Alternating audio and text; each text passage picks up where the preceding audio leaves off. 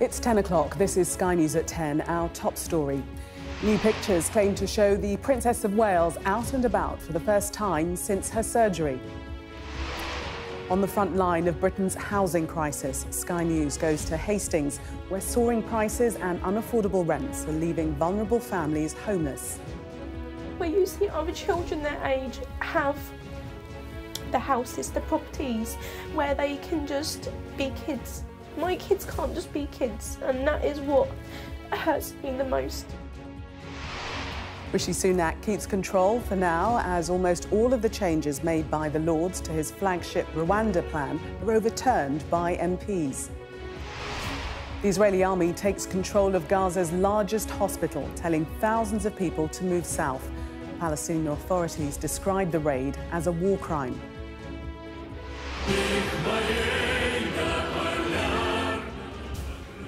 Vladimir Putin addresses crowds after his landslide election victory to celebrations in Red Square and criticism in the West. Banksy strikes again. Spray-painted foliage appears behind the bare branches of a North London tree to the delight of his fans. And we'll take a first look at tomorrow's front pages in our press preview from 10:30 right through to midnight.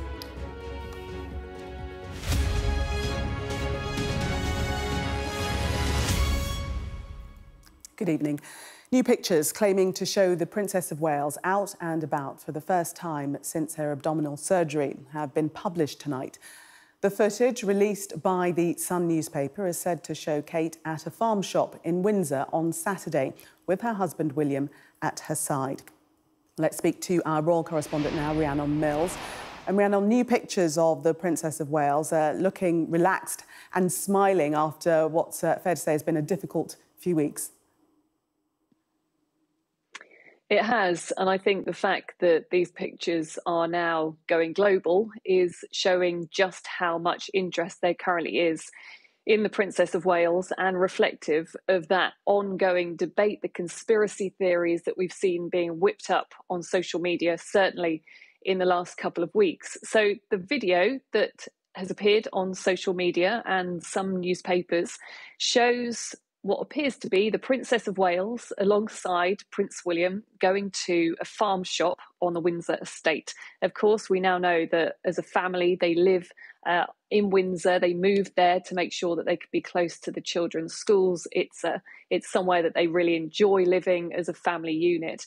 And basically, this video was taken by someone who apparently was also in the shop over the weekend and saw them and immediately got out their phone and decided to start filming. What I think is really interesting about this is that in the past, I don't think anyone in the UK press would be running these pictures.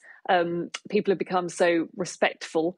I think of William and Kate and their privacy when they're around Windsor. And you can see actually in the video that people aren't really filming. They aren't doing anything because I think they just see them as being part of the local crowd.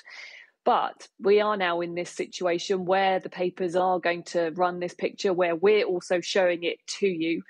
Kensington Palace are not commenting tonight. I don't think they're terribly happy about the fact that this video is out there. They had hoped that the princess would have an extended period of time where she would be able to recuperate and recover. But of course, there has been this enormous clamour to find out exactly what's been going on. It's a very long time since she had that abdominal surgery back in January. We were told at the time that it would be 2 to 3 months before we saw her back out again.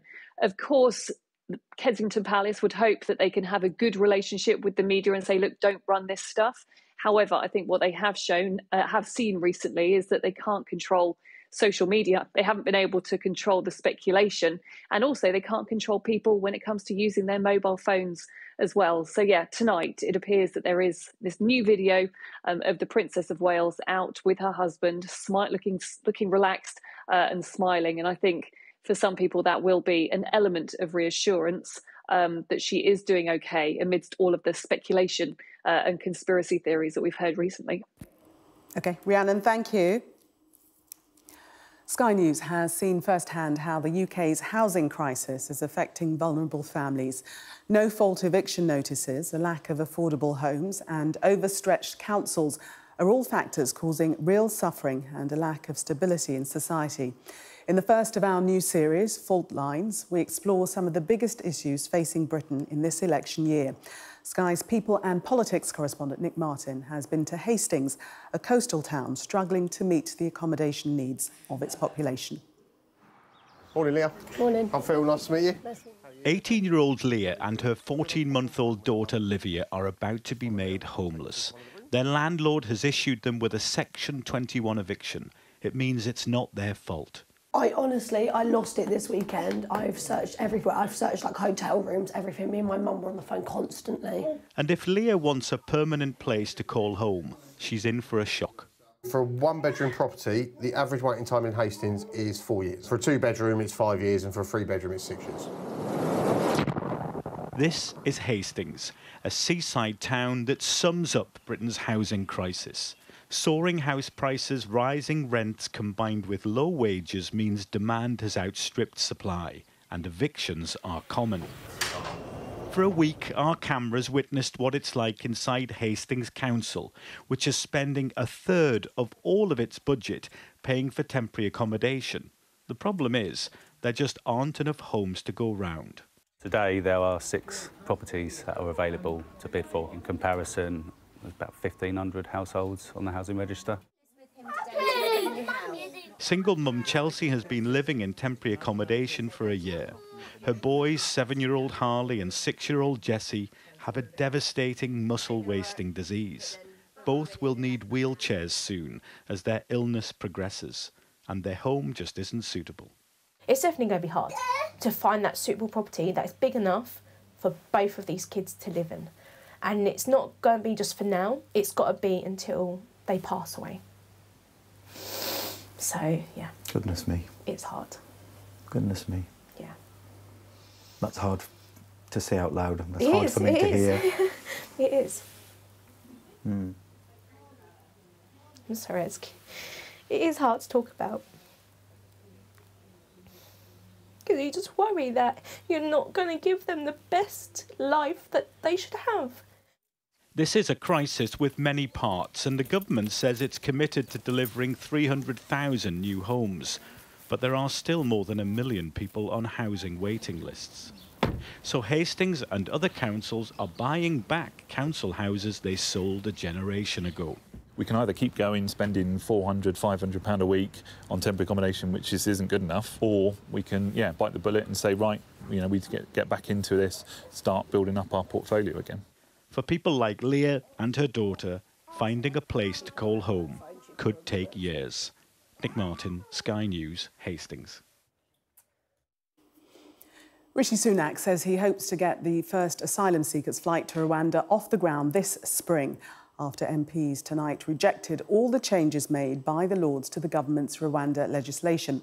But first, there could be another battle with peers later this week, which could delay the bill's passage until after Easter. And though Rishi Sunak says he's not interested in Westminster gossip, speculation is rife about a plot to depose the Prime Minister before an election after last week's racism row and weeks of trailing Labour in the polls. Here's our political correspondent, Tamara Cohen. The ayes to the right, 312. The noes to the left, 255. Relief for the Prime Minister as the Rwanda bill passes its next stage, with minimal drama this time, after rebellions that threatened to bring him down at the last vote. Number 10 insist they're still on track for the first flights to leave within weeks. That's a long time in politics. Have you guys done this? No. The Prime Minister, meeting apprentices this morning at a training centre in Coventry, is not finding his MPs this easy to control, after a weekend of headlines about plots against his leadership. He gave a speech, billed as a fight back, to try and convince Tories that the economy is turning a corner, with inflation on track to fall. But is it all falling on deaf ears? I'm not interested in all Westminster politics. It doesn't matter. What matters is the future of our country. And that's what I'm squarely focused on. That's what I get up every morning working as hard as I can to deliver. All Conservatives are united in wanting to deliver a brighter future. His cabinet colleague, Kemi Badenoch, said the plotters were small in number and not a major threat. We will always have one or two people who have something different to say, but they end up getting far more attention than their comments merit. Their comments are amplified. I don't think that the government should be in a position where it's responding to every single bit of disagreement that's reported in the news. Reports have suggested some Tories were planning to oust Mr Sunak and replace him with Penny Mordaunt, the leader of the Commons. Her allies deny knowledge of it. The principle of doing this former cabinet minister said it was nonsense, but urged his colleagues to pull together. I think it's a bit of froth and something to fill a Sunday newspaper. I don't think it actually reflects the reality of what's going on. I think most colleagues, me included, spend their weekends talking to voters and going to local events and taking the pulse of the nation collectively. That's what we should be doing, not worrying about who's up and who's down in this place. Talking to Tory MPs, most say the idea of replacing Rishi Sunak as leader before the general election seems pretty far-fetched. But after a week in which an MP defected to Reform, polls suggest the Tories face huge losses and little he says or does seeming to shift the dial. It's a sign of growing discontent. The Rwanda legislation will go back to the Lords on Wednesday, and Number 10 hope to get it passed by Easter. That's becoming a more popular one, is it? It is, yes. But with his party now in despairing mood, Rishi Sunak will hope it's enough to keep him in the job. Well, Tamara joins us live now from Westminster. And Tamara, just how crucial is it that Rishi Sunak gets these planes to Rwanda off the ground? Well, look, the Rwanda plan was first announced by Boris Johnson 2 years ago, and it's been 14 months since Rishi Sunak said it was one of his 5 key priorities. So, yes, they are throwing everything at trying to get these planes off the ground. Today, a cabinet minister close to Rishi Sunak told me it was very, very crucial to his authority that they make it work. And the hope is that a couple of planes at least will be able to take off in the next few months. But I think what we're now seeing after a pretty torrid week for the Conservatives, as well as, of course, the defection, as well as the grim poll ratings. They've had this race row over their donor, Frank Hester, which many Tory MPs say was badly handled by Downing Street and caused a lot more self-inflicted damage. After this torrid week, I think Tory MPs who've been perhaps campaigning in their constituencies, because we're heading into local elections at the start of May, are starting to see how bleak a lot of it is for a lot of them. I was speaking to some today who say that they are under no illusions about the situation as it stands. And while, of course, they say that the idea of a plot to remove Rishi Sunak is far-fetched, but what I'm hearing is that they don't feel perhaps the leadership understands what the situation is like for them on the ground. We saw a poll by Savanta today which put the Tories on 25% of the vote. That's about where they were just as Liz Truss was about to resign. So yes, Rishi Sunak hopes that getting the Rwanda plan off the ground may start to turn around his fortunes. But for a lot of Tory MPs, they feel the mood is pretty bleak and they're not sure whether even a last roll of the dice will be able to turn things around. OK, Tamara, thank you. Hospitals are not supposed to be battlegrounds, but Israeli forces have again attacked the Al-Shifa hospital in Gaza City, where thousands of people were sheltering. The Israeli army claims Hamas militants had regrouped inside the hospital and were planning to launch attacks. But Palestinian authorities say the action amounts to a war crime. Our Middle East correspondent, Alistair Bunkle, reports.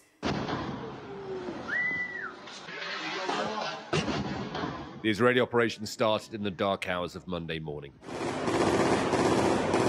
Inside the hospital, soldiers were engaged in heavy gun battles with Hamas fighters. By first light, smoke was seen rising from the compound, and the sound of heavy explosions thundered around the neighborhood. The Israeli military released drone footage apparently showing their soldiers coming under fire outside Al-Shifa. They say that senior Hamas fighters have been gathering inside the hospital to plan and launch attacks. Our war is against Hamas, not against the people of Gaza. We seek no harm to the civilians that Hamas is hiding behind, which is why we will conduct this operation with caution and care. Thousands are trapped inside the hospital, patients, medical staff, and civilians sheltering. There is international concern for their safety. This will necessarily make things more complicated for people who are still in that area north of Gaza. We have been last time able to get to Shifa Hospital a week ago to bring some fuel and medical supplies. But what we have seen, and that's what we are seeing in all the other hospitals, it's a lack of supplies, lack of food, lack of fuel, lack of medical experts. The IDF says it has found weapons and money inside the hospital.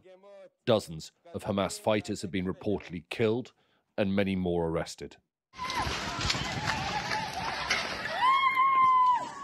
As a Sky News team was filming close to the hospital today, an airstrike hit nearby.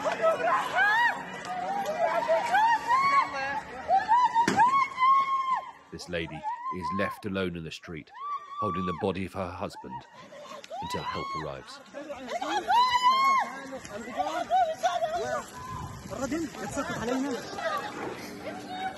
Families carrying what they can in their arms and on their backs walk through the dusty haze of war.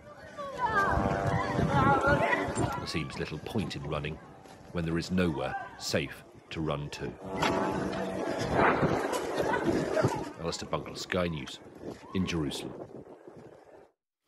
The scale of the humanitarian catastrophe unfolding in Gaza was laid bare today as the Global Authority on Food Security warned that famine is imminent in the north. And the EU's top foreign policy official went further, accusing Israel of using starvation as a weapon of war. It's not a flood, it's not an earthquake. It's entirely man-made. By whom? Let's dare to say it. By whom? Yes, Israel is provoking famine. Oh, how do you say that? What evidence do you have? Come on, what evidence do I have? Hundreds of trucks are waiting to enter. It was a foregone conclusion that Vladimir Putin was going to win another 6 years in power after a Kremlin-controlled election in which no serious rivals were allowed. Tonight, in a huge public concert in Red Square, flanked by the other candidates chosen to run against him, the Russian leader thanked the crowds for his victory. Sky's Diana Magnay reports. Large crowds moving towards Moscow's Red Square for yet another patriotic showpiece. Tight security, because there always is when the president's due. And these are his die-hard fans, the type who really listen to his speeches and trot out every word. I think we've united, because those who are not needed here left, and those who are needed stayed. We have become stronger, more tight-knit, and like one big, strong family. Russia is flourishing. We are widening our borders, we are returning our own, what we gave away long ago. Now everything is becoming ours, Russian again. You won't find many dissenting voices on Red Square this Monday, 10 years to the day since Russia illegally annexed Crimea. Wildly popular then and now. Vladimir Putin, the other token Kremlin candidates on the ballot by his side, full of the joys of yet another electoral grand sweep and his new conquests in Ukraine. Dear friends, I salute you and I congratulate you on this wonderful day of the rejoining of Sevastopol and Crimea with Russia exactly 10 years ago. This is how we will continue walking together, hand in hand, not just in words, but also in actual deeds. A performative election and one more patriotic rally. But what is the point of these grand spectacles, broadcast to such great fanfare across the nation? I think what is more important to demonstrate to the minorities that, guys, you are still outcasts in this society. Look, here is a big majority of people who are supporting this Putin's initiatives, his war, his political line. So you must join us. You must be in mainstream. Otherwise, we will treat you as traitors, as foreign agents, as pariahs in these societies. And this is where those pariahs are. Ilya Yashin, brave opposition politician, jailed for 8.5 years for decrying the crimes of Bucha on his YouTube channel. Vladimir Kara-Murza, a UK-Russian citizen, jailed for 25 years on treason charges for calling to toughen the sanctions regime against Russia. The American journalist Evan Gershkovich, detained almost 1 year ago now, held on espionage charges and still no trial. A journalist doing his job. This is the dark side of this regime that the patriots choose not to see, but still some in Russia, they do remember. Diana Magnay, Sky News.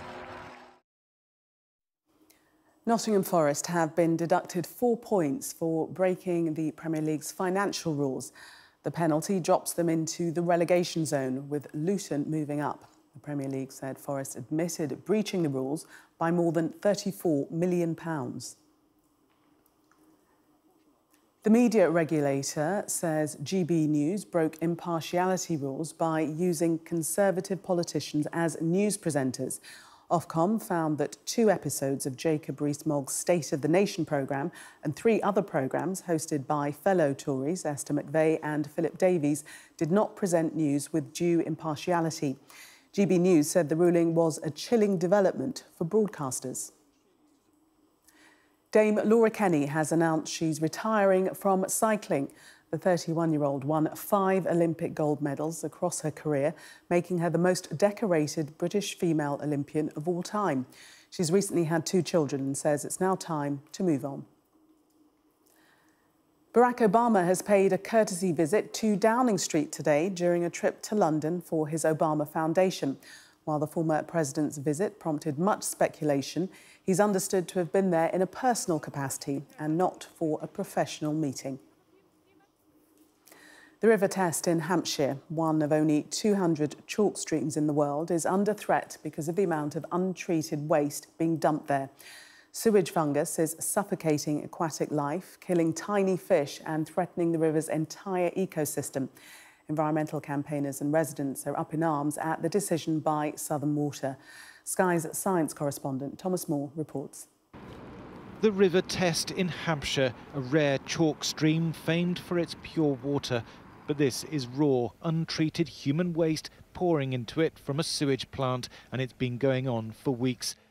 Only by collecting a sample of the riverbed can you see the damage it's done. This is from a healthy stretch of water. And you can see it is just crawling with life here, isn't it? I mean, there's case caddis here, there's shrimps going about, snails. And this from an area affected by sewage. It's got 1 shrimp there, 1 shrimp there, and 1 shrimp there. Not much there at all. No. It's just killing it. Just completely killing the river system, an ecosystem which is fragile anyway with, you know, changing climate and, you know, the extreme weather patterns we have coming through. And this, you know, doing the sample was giving a clear indicator that the sewage coming in that side is killing our invertebrates. Chalk streams are heavily protected, home to trout and salmon, but the extreme nutrients in the sewage are fueling rapid growth of alien life, grey tufts wafting in the current. This is sewage fungus. It's a gelatinous slime of viruses, bacteria and other organisms. It coats the plants, it sucks oxygen out of the water, and it suffocates the life that should be in the river. Is united here today to raise their voices. Outside the sewage works, local people and river campaigners demanded an end to the dumping. They say claims by the water company that they have to stop it backing up into customers' homes just won't wash. Yes, it might have been a damp February, a very damp February, but that doesn't mean that they should be putting raw sewage directly into the river. It just doesn't. It's unforgivable. There has been so much rain that water underground is being forced into sewers through cracks and joints. Scientists have been warning for many years that climate change would bring wetter winters, but Southern Water says it could be 2030 before all the pipes are fixed. I understand the frustration, and we share many of their outcomes of what they want to see happen. But there are a series of steps we must take. It is a large, complex issue.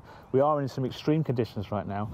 Rivers around the country are being polluted by sewage. Campaigners want to make this an election issue, forcing water companies to clean up their act. Thomas Moore, Sky News in Hampshire. A Banksy tree mural, which sprouted overnight in North London, has attracted crowds of people and been praised by residents. Some of the artist's public works have been removed or stolen. But for this one, carting it off is not an option. Milena Veselinovic reports. It popped up overnight. A fresh Banksy mural gracing the wall of this North London block of flats. The green paint filling out the branches of the cut tree in front of it, restoring, residents say, some of the tree's former glory. We've lived here for 3 years, so we've seen the tree kind of be as it was when it was all full of leaves, and now it's been chopped down. So I suppose it's nice that a statement's been made about it. It's really exciting, and I'm really happy for the community. And where there's a Banksy, there's a crowd. The artist's blockbuster appeal drawing people from far afield, like Lorraine, who's come down from Leeds just to see the mural. I'm just a really big fan. I love Banksy's humour. I love the messages that he gives. It's just, for me, is my number one. Is my number one artist. But what does it mean? So much of Banksy's work is political, but he lets the art speak for itself. This mural only works with the tree branches in front of it, a metaphor, perhaps, for just how much we depend on nature. That's the conversation local MP Jeremy Corbyn wants to start. We live in one world, we live in one environment, it is vulnerable, it is on the cusp of serious damage being done to it. I think it makes people think, and environmental politics is about densely populated urban areas like this, just as much as it is about farmland and woodland and hedges. The concept might just save this mural from being sold or stolen, like Banksy's last work before this one, depicting drones on a stop sign in South London, stolen within an hour of being authenticated. And though this crumbly wall might mean it's unclear how long the mural will hold, that may also be part of the message. Milena Veselinovic, Sky News. Well, that was Sky News at 10. Coming up, we'll take a first look at tomorrow's newspapers in the press preview. Tonight, we're joined by political journalist and broadcaster Theo Usherwood and associate political editor for The New Statesman, Rachel Cunliffe. Amongst the stories we'll be discussing, this on the front of The Sun, its headline, "Great to see you again." Kate, the paper, says it has the first picture of the Princess of Wales in public since Christmas. We'll be right back with that story and others. Do stay with us.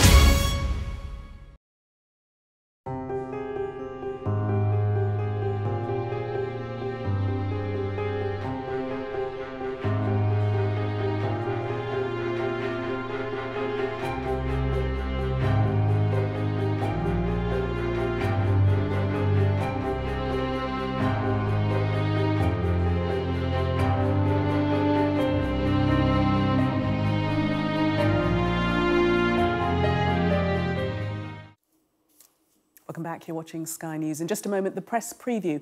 A first look at what's on the front pages as they arrive. But first, our top stories.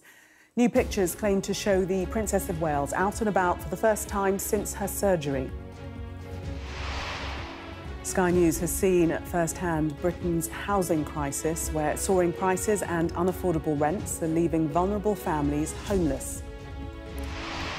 And Rishi Sunak keeps control for now, as all of the changes made by the Lords to his flagship Rwanda plan are overturned by MPs.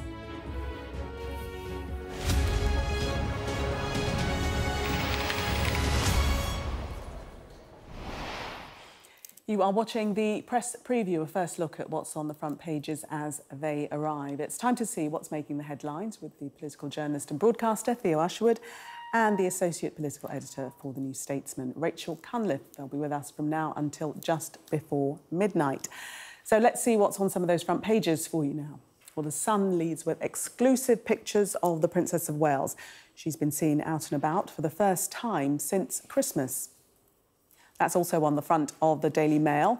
They call it the image the world has been waiting to see.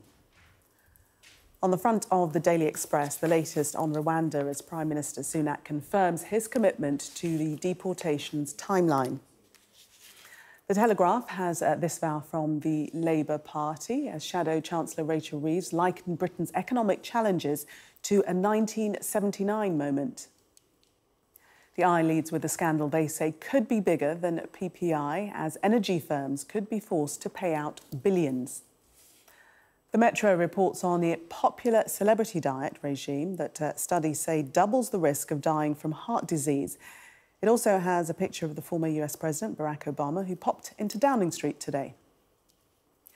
The Financial Times has Deloitte's biggest shake-up in a decade as the company launches its biggest overhaul of global operations. And the Daily Star headlines, this time next year, we'll be billionaires as divers race to find £13 billion worth of gold at the bottom of the Caribbean Sea. Modern-day gold rush.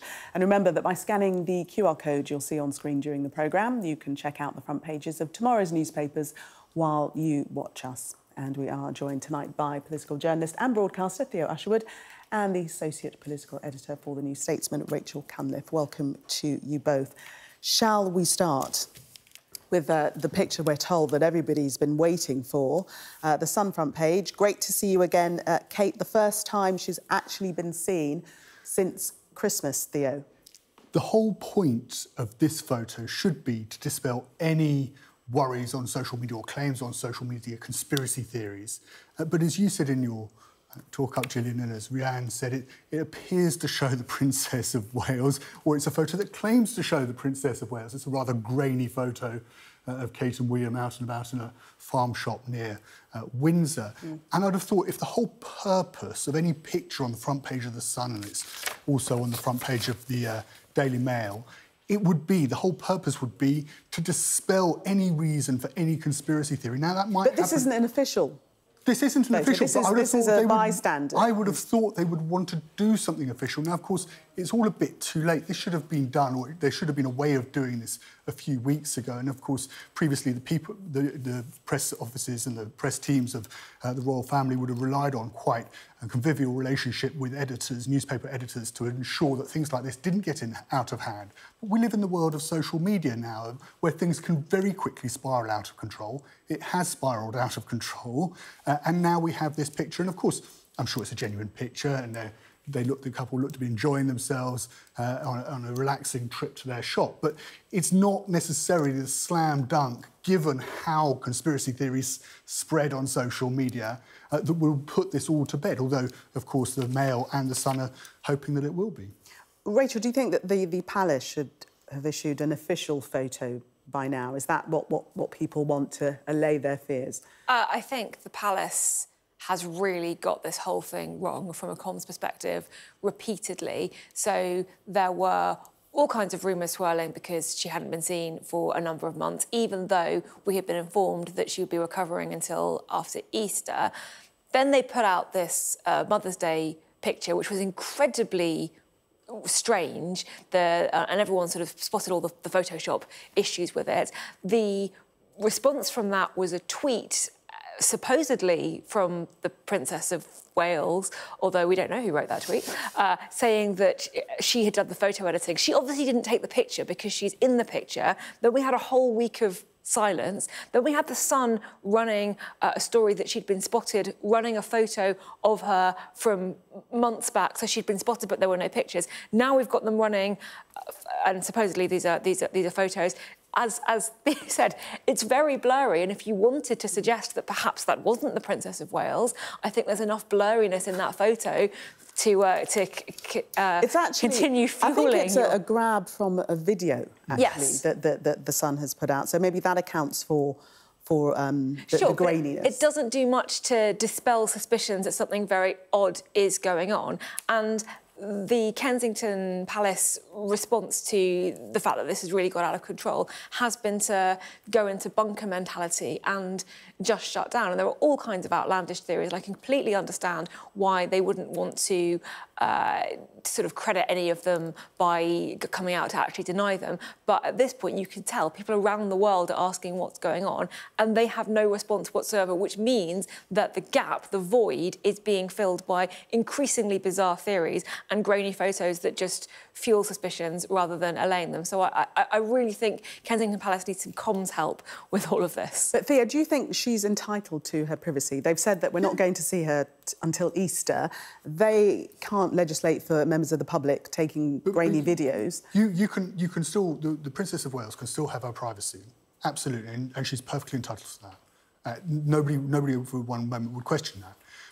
But I think what Kensington Palace hasn't appreciated is that in 2024, it's very different even to 2010, to the year 2000. We now live in a world where they cannot manage the media in the way that they would previously be able to manage the media by quickly, quick phone call to a newspaper editor or an editor at Sky or the BBC, just say, look, hold on, it's all under control, it's all fine, but just give us a bit of breathing space. You can't do that in this day and age because you have social media and conspiracy theories spread like wildfire. And it isn't good enough from looking at it from a comms perspective, to simply say, well, we're not going to answer this theory or we're not going to answer that theory. You have to fill the void, otherwise others will fill it for you. And you need to find a way in which, in the most sympathetic way possible to the Princess of Wales and to her privacy, to allow for people to know that she is okay. Because she's one of the most famous people in this country. She's one of the most famous people in the world.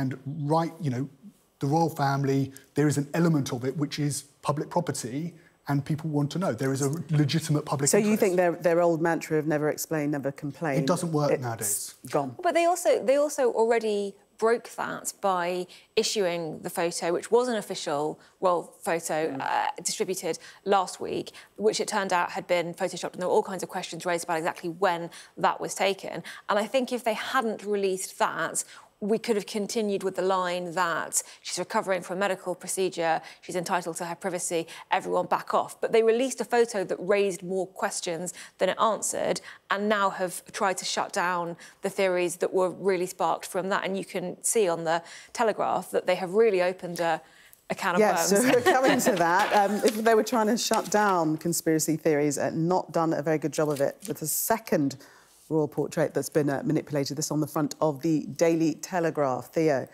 This is a little bit, Rachel and I were playing a little bit of a game of almost like spot the difference. Can you spot the indiscrepancies, I should say, in this photograph? How many did you find? I think we've got to four or five, haven't we? Yeah. Right. We've got, if you look at Prince Louis, even on the right-hand side, and you look to his left ear, there's a little mark there, a little sort of blurry mark there. If you look down to the late Queen Elizabeth II's kilt, just to the left-hand side, it appears to be sort of doubling up there. Getty, which of course has now issued an editor's note, has also spotted where there seems to be some digital work to Angus Mia Tyndall's hair on the left-hand side. She's the girl in the red dress just sitting to the left of the Queen. And then, It's a mess, but it seems to be something that's been going on for a while. But everyone touches This is what's really nowadays. fascinating about it, because this looks like the same kind of photo manipulation from the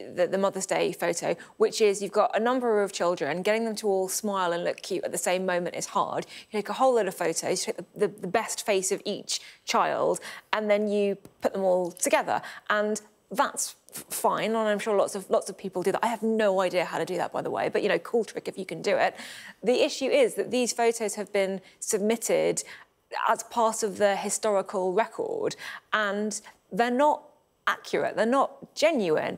And I think we want to have a wider conversation about what photo editing in general we are content with, if it is documentary evidence. You counting all the flaws in it. Yeah, sorry. But the other thing but essentially, it's not a crime, though. No, it's not. It's not a crime. They haven't done anything wrong, or have they? By not flagging it. But I think maybe. But what's more interesting, I think, is whether they've done anything wrong or not, is that the news agencies and the picture agencies were clearly going along with it. This is a photo from 2022, and they were kind of going along with this. Now that we've had that photo that came out last week, Getty has come out and said, yeah, this isn't OK either. And I think that shows that the relationship, the dynamic between the royal family and the press has been fundamentally damaged by this, and they're not playing along in the way that they used to. Yeah. But just be normal. You've got 10 children sitting down on a sofa with Granny, or great Granny even.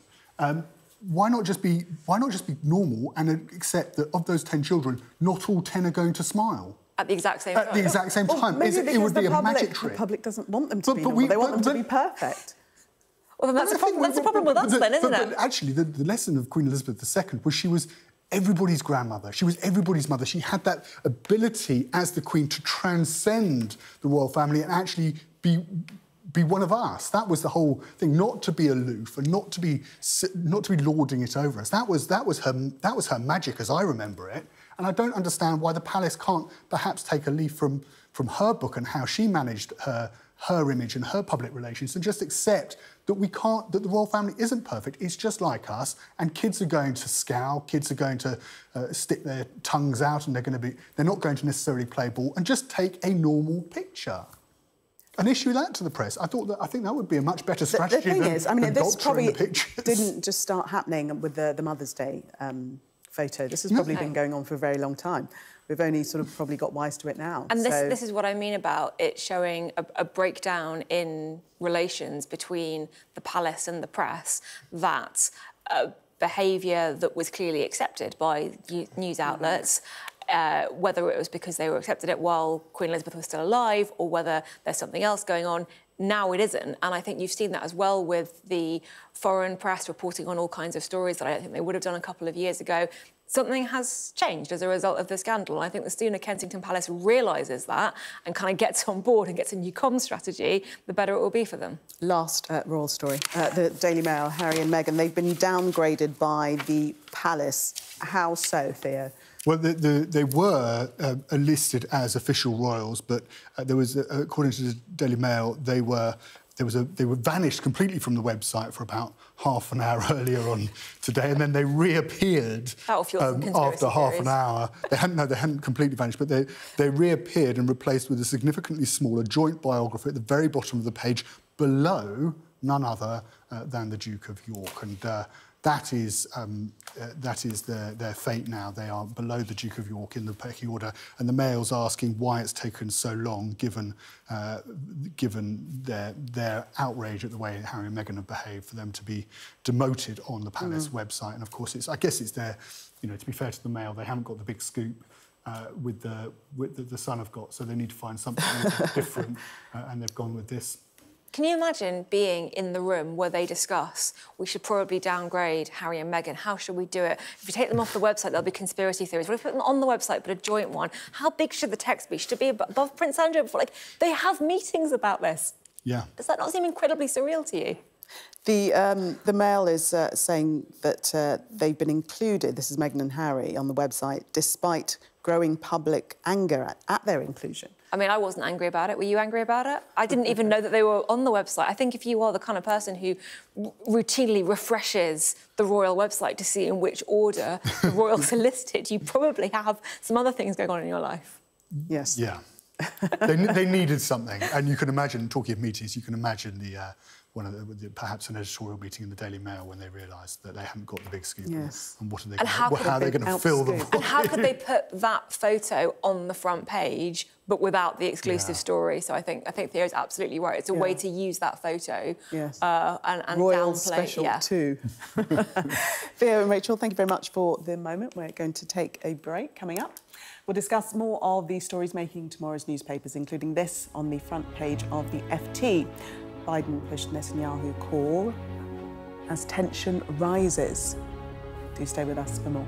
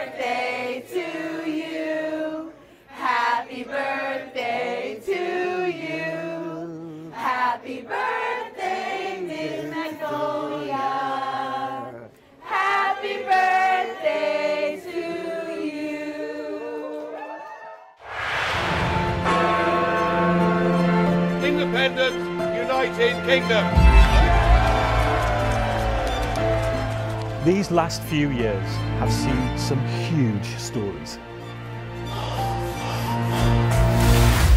And these stories have been driven by politics, by politicians, the people in power. You must stay at home. And it's my job to figure out how these decisions made by politicians impact all of us in our everyday lives. This is the worst thing I've ever been through in my life. People turn up here with their child stuff in a black sack and just say, I don't want to. And that is what it is. It's first-class poverty. Is this an example of the welfare state failing?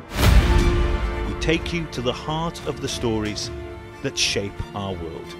These are stories that affect us all. Millions of children are now having to catch up. Some stories have changed all of our lives. Because like the residents, the staff are being infected. Politicians, they make decisions all of the time, and it's our job to hold them to account. I wonder if you will take this opportunity to apologise to those families. But in the end, the real power doesn't actually lie with the politicians.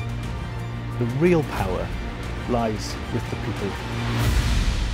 I'm Nick Martin. I'm the People and Politics correspondent at Sky News.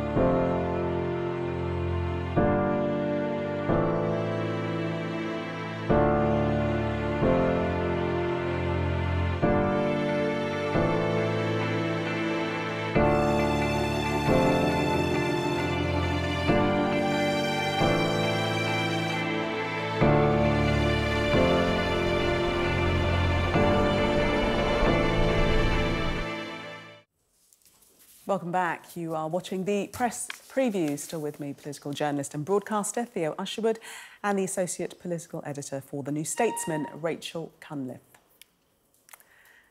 So let's have a look in this section. We're going to start with the FT and President Biden, who has spoken with Benjamin Netanyahu for the first time, we're told, in more than a month. And this comes as tensions rise with the announcement by Netanyahu that they are going to go ahead with the Rafah offensive. Joe Biden is not particularly happy about it, and he's been speaking to Benjamin Netanyahu, rejecting the argument from the Israeli leader that simply by going into Rafah, and the question of going into Rafah is the same as talking about the future of Hamas. Joe Biden and the White House administration, his national security team, are putting quite a clear line between the two, that actually you can defeat Hamas without necessarily needing to launch a full-scale military offensive against Rafah, and saying that there must be a proper humanitarian plan in place for the civilians in Rafah to ensure they can receive aid, because, of course, the city is one of the main entry points for humanitarian aid into Gaza. And I think this is this story, this singular story, is a much indicates the growing sense of unease in the White House about the way the conflict is going in the Middle East, about Benjamin Netanyahu's handling of it. And we now know that Israel is going to send a team of officials to Washington to commence further talks and to try and pressure the White House, of course, and the Biden administration into issuing further support for any offensive in Rafah. Rachel, definitely a change in the relationship between the United States and Israel.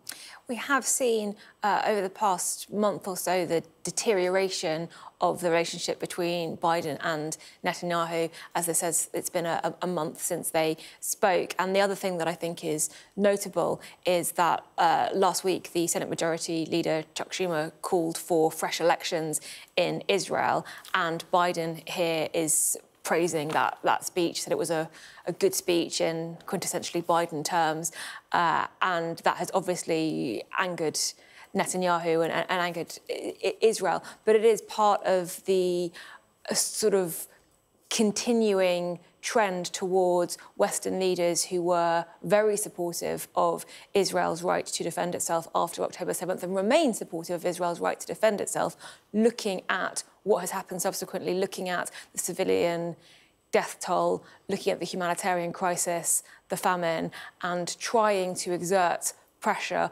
on the Israeli government and the Israeli Defense Force to come up with some other way to achieve their stated goals, which remain getting the hostages back and rooting out Hamas. And I think the trend you're seeing now is conversations around whether what Israel is doing in Gaza can really be seen to be furthering those two goals. Meanwhile, Theo, we read in the Daily Telegraph that the IDF are claiming to have killed a Hamas chief inside Al-Shifa Hospital. Yes, so one of their news in briefs on the front page saying that Israeli troops killed a senior Hamas commander as they took back Al-Shifa Hospital, which, of course, they claimed was used as a base by Hamas in the north of the territory. The IDF said they engaged with dozens of gunmen who appeared to have been holed up in the hospital for months. Pockets of resistance, the Telegraph say, emerged as Israel occupation of Gaza stretches the IDF, which is now, of course, preparing to invade Rafah in the south. So this will be seen, obviously, as a win for the IDF. But again, it speaks to Al-Shifa Hospital was, it's been a point of a lightning rod, if you like, within the conflict as a place, because of course people have said, well, do you need to actually go into the hospital? Do you need to criticised that they actually hit a hospital? Just a few seconds to talk about a special visitor to number 10 today, surprise visitor to many. Obama in town paid a courtesy visit to Rishi Sunak. Certainly a surprise visit to the lobby group of Westminster journalists, because when this news broke, everyone was like, are you coming to Downing Street? Is he here? Where's the briefing going to be? We're not really sure why he was there. He chatted to Sunak for about an hour. It's his first time meeting Sunak. It was a private visit, wasn't it? It was a courtesy visit. Yes. Maybe he came to see Larry the Cat. I don't know. But he's in London and he dropped in to see Rishi Sunak. Might be his last chance to see him before an election. Who knows? He also saw Keir Starmer. He also saw Keir Starmer and David Lammy, I think. Yes. Thank you very much, guys. We're going to take a break now, have a look at the weather very quickly for you.